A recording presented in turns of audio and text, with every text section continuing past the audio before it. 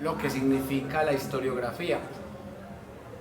La historia supuestamente cuenta lo que pasó, pero lo que pasó nunca está terminado. Siempre hay nuevas evidencias, sobre todo en estos casos donde hay desaparecidos o donde hay familias que no encuentran respuestas.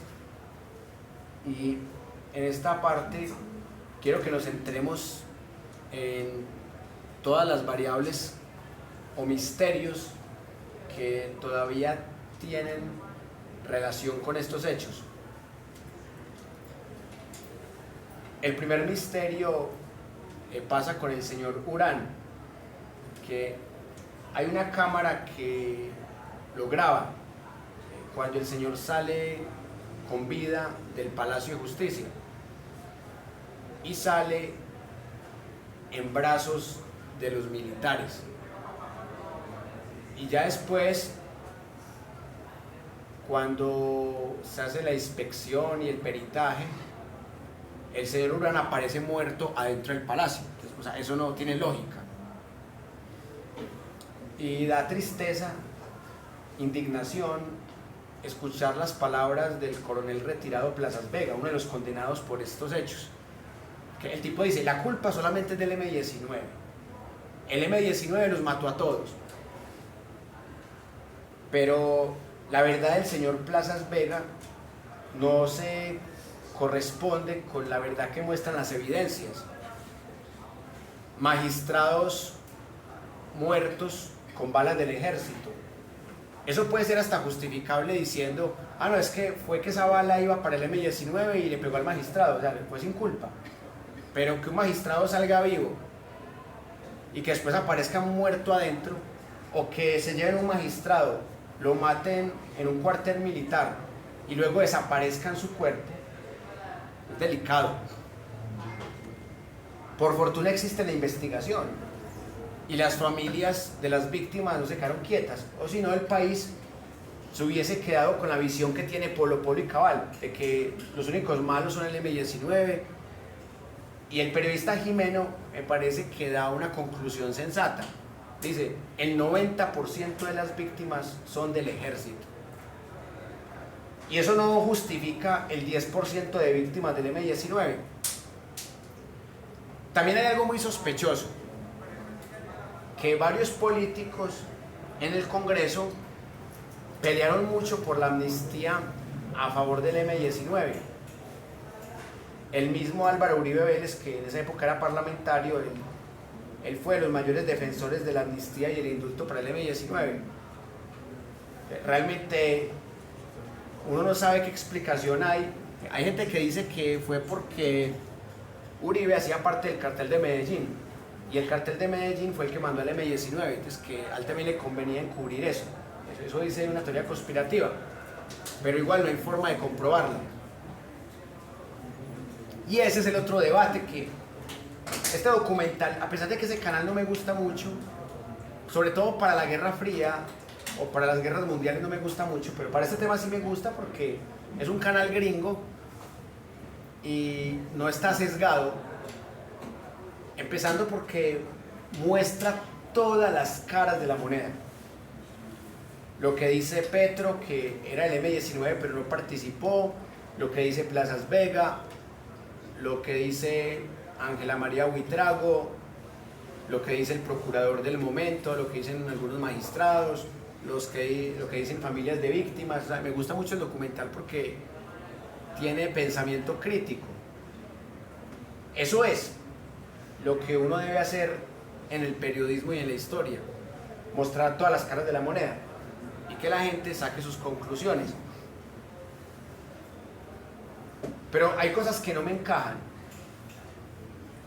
y que en el mismo documental de History Channel ustedes pueden ver. Por ejemplo,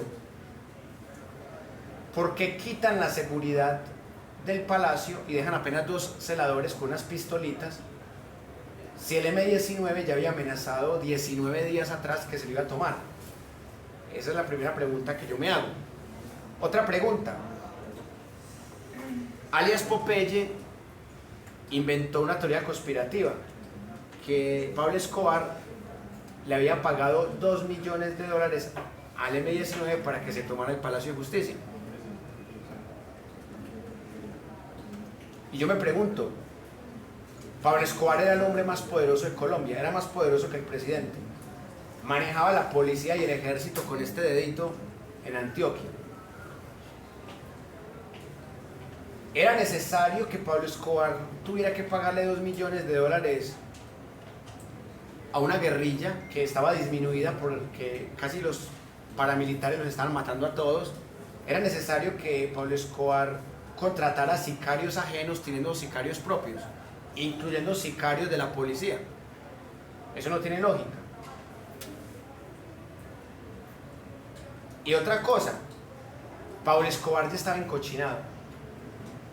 Y el M-19, al ser una guerrilla, pues también ya estaba satanizada.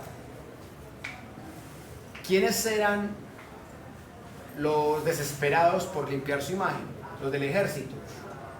Y yo tengo una hipótesis particular, porque al fin y al cabo lo que pasó solamente lo saben los protagonistas, que la mayoría están muertos.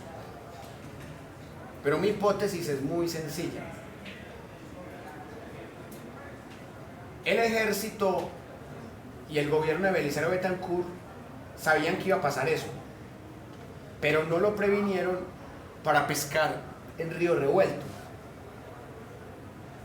para aprovechar y dañar la imagen del M-19 más de lo que ya la habían dañado, y por ahí derecho borrar unos expedientes de investigaciones en su contra. Pero lo que no contaban ellos era que en el cruce de balas iban a haber sobrevivientes como Urán.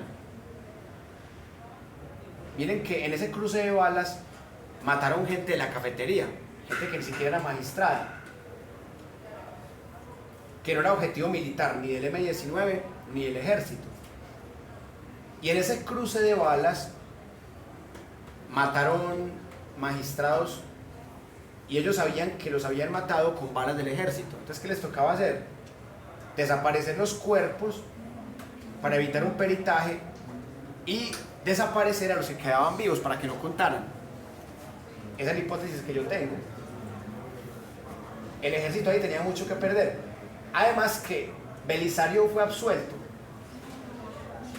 y Noemí Sanín también, la ministra de Comunicaciones. Pero no estoy de acuerdo con que hayan quedado absueltos, porque no fueron capaces de frenar la retoma violenta del ejército, sabiendo que ahí los que iban a pagar los platos rotos eran los de la cafetería, los magistrados, los demás. Era muy carnicero eso. Y Noemí Sanín, ministra de Comunicaciones, le prohíbe a la televisión, a la radio, a todos los medios les prohíbe transmitir las súplicas del señor Echandía, del presidente de la Corte Suprema de Justicia, que clamaba por paz, por que el ejército no se metiera. El M-19 lo tenía secuestrado, pero el señor Echandía sabía que el M-19 no iba por ellos, o que no los iban a matar a ellos, que solo querían hacerle un juicio al presidente Belisario. Y por eso él pedía que el ejército no interviniera, pero el gobierno lo ignoró. Y eso se llama participar en un genocidio por omisión, pero también por acción, porque el que termina perpetrando el genocidio es el ejército. Y miren que se tardó 20 años para poder condenar los responsables. Fueron 20 años seguidos de pura investigación, entre el 85 y el 2005.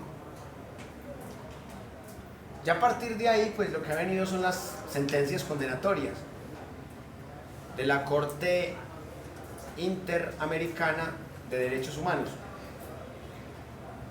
Sentencias condenatorias contra el Estado como mayor responsable de los hechos. Y en esa medida es importante que miremos todas las caras de la moneda. tengo dos conclusiones acá. La primera, que definitivamente la historia hay que contarla todos los días. Y la segunda, que siempre hay que mostrar todas las caras de la moneda. Voy a mostrarles otra fuente.